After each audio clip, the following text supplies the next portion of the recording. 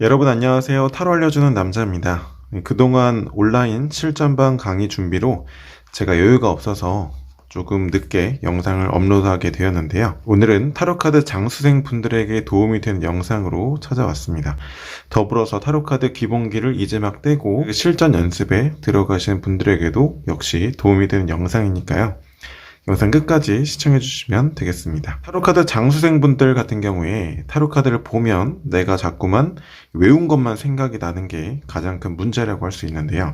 물론 제가 개개인에게 맞춤 처방을 제공해 드린다거나 아예 처음부터 실전 기본기를 쌓는 게 가장 효과적인 방법이겠지만 불특정 다수 분들을 대상으로 올리는 유튜브의 특성상 그것은 어렵기 때문에 가장 공통적으로 도움이 될 수 있는 방법 한 가지를 말씀드리고자 합니다.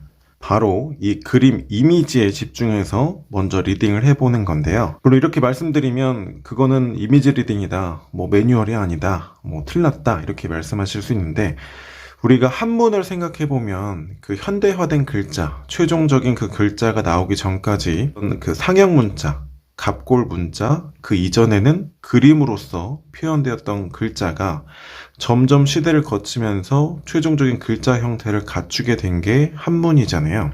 그런 맥락에서 봤을 때 타로카드 그림 역시도 그림 언어라고 할 수 있죠. 자, 그렇게 봤을 때 여기에서 수비학적인 의미, 원론적인 어떤 이론적인 배경 이런 것들도 당연히 중요하지만 결국에는 이 그림이 토대가 되고 이 그림의 모습이 가장 뼈대를 이루는 게 타로카드거든요. 다만 이 그림 이미지를 활용함에 있어서 너무나 이제 정도를 벗어났다든지 아니면 너무나 타로카드 리더의 주관적인 어떤 생각을 너무나 많이 개입한다든지 이게 조금 문제가 될 수 있는 것이지, 이 그림의 큰 뼈대, 개괄적인 상징을 활용함에 있어서는 타로카드의 원리에 부합하는 것이기 때문에 결국에는 기초로 돌아가서 이 그림 이미지를 가지고 해석한 연습을 해보시는 게 가장 좋습니다. 정도를 좀 벗어난 형태라면 가령 얼굴을 감싸지거나 또는 머리를 감싸주고 있으면 두통이 생길 거야, 또는 뇌에 종양이 있을 거야, 이런 거는 물론 제가 그렇게 해석하시는 선생님들을 비하하거나 깎아내리는 건 아니지만 조금 매뉴얼을 가르치는 강사로서 말씀드릴 수 있는 부분은 아닌 것 같아요. 하지만 그런 게 아니라 어떤 그림의 개괄적인 큰 형태를 가지고 해석하는 건 어디까지나 매뉴얼적인 표준이 될 수 있습니다. 그렇다면 그림 이미지 중에서 어떤 것을 활용해야 될까? 또 어떤 것을 먼저 봐야 될까? 첫 번째는 이 그림에 인물이 등장했을 경우에 어떤 동작을 먼저 보시면 좋습니다. 크게는 서 있다, 모여 있다, 서 있다, 앉아 있다. 요거는 이제 서 있는 건 맞는데 이동하려고 하는 도중에 서 있는 거죠. 그쵸? 그래서 엄연히 그냥 서 있는 것과는 좀 많은 차이가 있습니다. 그 다음에 보고 있다, 이런 것들, 또는 앉아 있다, 또는 침대에 앉아 있다, 이 정도 동작, 이런 큰 동작을 먼저 보시는 게 좋아요. 그 다음에는 인물의 표정을 보시는 게 좋습니다. 인물의 표정에는 응시하고 있는 그 관점도 같이 보시면 좋은데요. 가령 앞서 말씀드린 것처럼 컵 쪽을 내려다보고 있다가 되겠죠.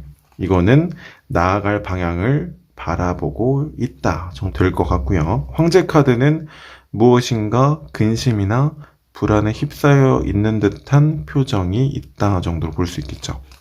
근데 반대로 이런 소드 8번의 카드 같은 경우에는 보지 못하다라는 게 이제 메인 표정이 되겠습니다. 굵직굵직한 상징만 보는 거예요. 동작과 표정에서 이것만 먼저 캐치를 하시면 됩니다. 그러면 어떠한 질문을 딱 했을 때 이런 카드가 나온다 그러면 가려고 하는 도중에 서 있다, 또는 목표 지점을 바라보고 서 있다, 이렇게 먼저 큰 개념을 잡을 수 있겠죠. 그 다음에 보면 좋은 것이 이 배경적인 이미지입니다. 특히 이제 배경적인 이미지를 볼 때는 밝은 상태이냐 어두운 상태이냐 이런 거를 보시면 좋은데요. 그 이유는 이제 해가 떠 있느냐 떠있지 않느냐의 상징을 구분할 수 있기 때문입니다. 뭐 밝은 대낮인 것 같다, 아침인 것 같다. 물론 뭐 보기에 따라서는 한낮이다 이렇게 볼 수도 있겠지만 어쨌든 이렇게 어둠과 낮의 구분 정도는 해주시면 좋습니다. 그리고 또 더불어서 어떤 상징을 보시면 좋냐면 이렇게 인물과 연결되어 있는 상징을 보시면 좋습니다. 디테일한 상징까지는 처음부터 보지 않으셔도 좋아요. 뭐 예를 들면은 이렇게 호박 넝쿨이 있다, 뭐 이런 것까지는 처음부터 너무 디테일하게 구분하지 않으셔도 되는데, 다만 이렇게 인물의 어떤 신체에 새가 앉아 있죠. 이런 거는 구분해 주시는 게 좋습니다. 뭐 밑에 이런 뭐 달팽이가 있다, 뭐 이런 것도 이제 뭐 나중에 가면 정말 먼 훗날 중요할 수는 있겠지만, 어쨌든 지금 악습관을 탈피하는 과정에 있고 또는 타로카드 해석의 기본기를 쌓는 과정이잖아요. 그 초기 단계에서는 이런 너무나 디테일한 상징까지 챙길 필요는 없다는 겁니다. 다시 정리하면 인물의 동작과 표정, 이 큰 개념에서의 동작과 표정이에요. 이걸 먼저 봐라. 두 번째는 배경적인 이미지가 대낮이냐 밤이냐 어둠이냐 이 정도는 구분하는 게 좋다. 그 다음에는 디테일한 상징 중에서 인물의 신체와 밀접하게 연관되어 있는 상징, 뭐 갑옷이라든지 뭐 손등 위에 새가 앉아 있다든지 한 요 정도만 구분해 주시면 됩니다. 자, 이런 개괄적인 큰 이미지의 상징만 가지고 먼저 뼈대를 잡는 연습을 하는 거예요. 실전 예시를 적용해 보도록 하겠습니다. 여러분, 실전 연습을 하실 때에는 반드시 2장 이상의 카드를 활용하시기 바랍니다. 한번 쉬운 고민 상황을 적용해 볼게요. 친구와 다퉜는데 친구가 먼저 화해 연락을 해올까요? 이렇게 물어봤습니다. 그러면 바로 카드 외운 거를 막 바로 적용해서 결과를 해석해내려고 하지 마시고요. 앞서 영상에서 설명했던 것처럼 큰 개괄적인 관점의 이미지부터 먼저 활용해 보시기 바랍니다. 첫 번째 카드 서 있는데 묶여서 서 있죠. 두 번째는 역시나 서 있는데 이동할 수 있는 말을 타고 있는 상태에서 서 있는 거예요. 그렇죠? 그러면 그냥 서 있는 게 아니고 이동을 하지 못하고 서 있는 거죠. 그러면 동작만 가지고 봤을 때 묶여서 서 있느라고 이동하지 못하고 서 있다가 되는 거죠.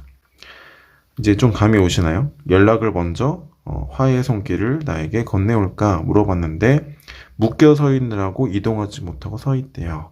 사실 동작만 보고도 연락이 오지 않을 거라는 그 객관적인 상황은 해석할 수가 있죠. 디테일한 걸 들어가면 보지 못하고 묶여 있다. 뭐 어디에 묶여 있느냐, 또 상황적인 배경에서 무엇 때문에 묶여 있느냐, 또 원소가 무엇이냐, 이런 거 따져보면 좋을 것 같고요.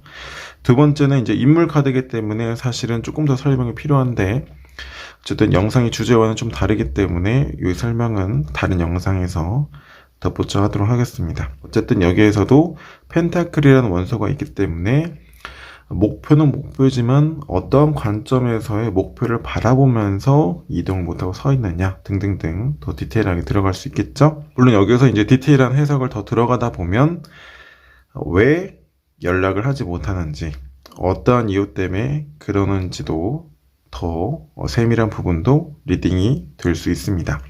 영상의 주제와는 조금 다를 수 있기 때문에 더 디테일한 해석은 하지 않도록 할게요.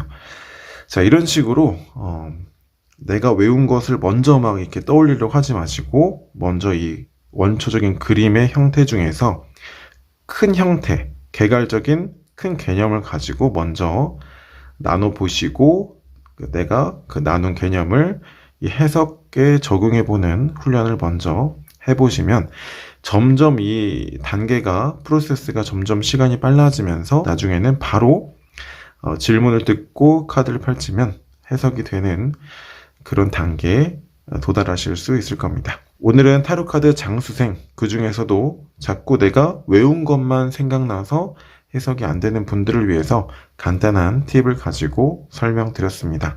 아무쪼록 여러분에게 이 영상이 도움이 되시길 바라겠습니다. 지금까지 타로 알려주는 남자였습니다. 고맙습니다.